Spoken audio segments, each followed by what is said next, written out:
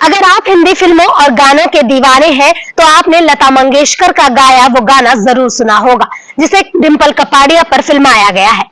दरअसल संगीतकार ने गुलजार से उस लोरी पर गाना लिखने को कहा था जो बचपन में उनकी मां उन्हें सुनाती थी।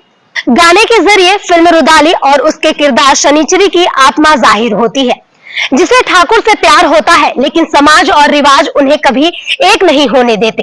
गाने की एक पंक्ति तेरी ऊंची अटारी दिल को छूती है, जो प्रेमियों के बीच जाति और सामाजिक अंतर को बयां करती है।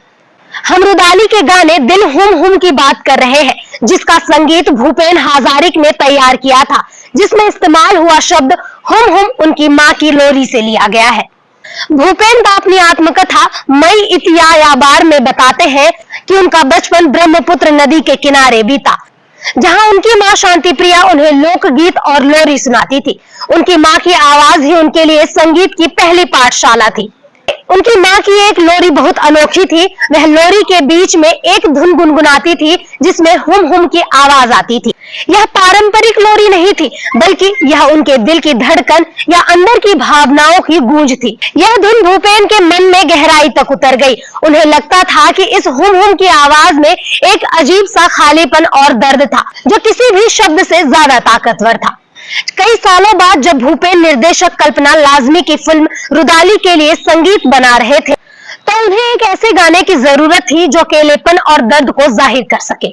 फिल्म की कहानी एक ऐसी महिला के बारे में थी जो दुख और वेदना को महसूस तो करती है, लेकिन उसे शब्दों में बयां नहीं कर पाती।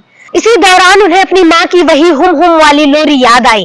भूपेन दा ने तुरंत गुलजार को बताया और उनसे कहा कि वह इस धुन पर कुछ ऐसा लिखे जो उस खालीपन को भर सके। गुलजार ने भूपेन की भावनाओं को समझा और गीत लिखा, दिल हुम हुम करे घबराए। जब भूपेन हजारिक ने यह गाना गाया तो उन्होंने सिर्फ शब्दों को नहीं गाया, बल्कि उन्होंने अपनी मां की लोरी की उस संवेदना को आवाज दी।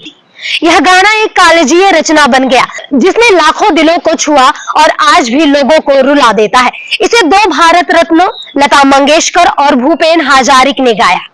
भूपेन दा एक गीतकार, कवि, फिल्म निर्माता और साहित्यकार थे।